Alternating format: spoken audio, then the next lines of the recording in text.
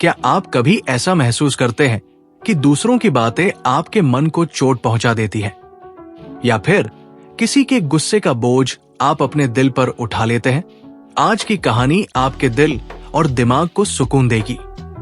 ये कहानी है उस गुस्से पर नियंत्रण की जो हमें अंदर से कमजोर बना देता है। चलिए सुनते हैं बुद्ध की एक प्रेरणादायक कथा। एक बार की बात है, भगवान बुद्ध अपने शिष्यों के साथ एक शांत गांव में शिक्षा दे रहे थे। सूरज की हल्की किरणें, ठंडी हवा और बुद्ध का शांत स्वर, सब कुछ मानो आत्मा को छूने वाला था। लेकिन तभी एक आदमी तेज कदमों से वहां पहुंचा। उसके चेहरे पर गुस्से की लकीरें साफ झलक रही थी। उसने चिल्लाते हुए कहा, बुद्ध, तुम एक धोखेबाज हो। ये लोग तुम्हारी बातों पर क्यों विश्वास करते हैं? तुम्हारी शिक्षा किसी काम की नहीं है। सभी शिष्य स्तब्ध हो गए। ऐसा लगा जैसे समय ठहर गया हो। लेकिन बुद्ध वैसे ही शांत थे। न उनके चेहरे पर गुस्सा, न कोई प्रतिक्रिया, बस एक कोमल मुस्कान। आदमी और भी गुस्से में भर गया।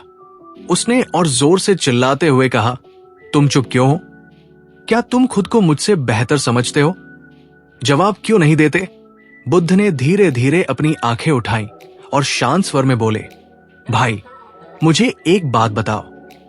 अगर कोई व्यक्ति तुम्हें एक उपहार दे और तुम उसे लेने से मना कर दो, तो वो उपहार किसका रहेगा? उस आदमी ने बुद्ध की ओर देखा। वो हैरान था। उसने कभी ऐसा सवाल सोचा भी नहीं था। थोड़ी देर चुप रहने के बाद उसने जवाब दिया, अगर मैं उसे न लूं, तो वो उपहार देने वाले का ही रहेगा।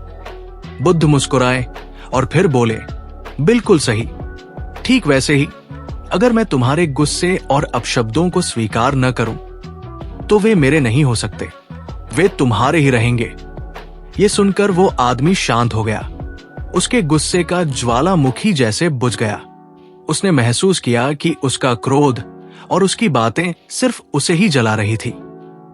बुद्ध की शांति ने उसे भीतर तक हिला दिया और उसी पल उसने उनसे क्षमा मांगी और उनके शिष्य बनने का निर्णय लिया। दोस्तों, ये कहानी हमें एक गहरी सीख देती है। हमारा मन हमारी सबसे बड़ी ताकत है, लेकिन जब हम दूसरों की नकारात्मकता को अपना लेते हैं, तो वो हमें कमजोर बना देती है।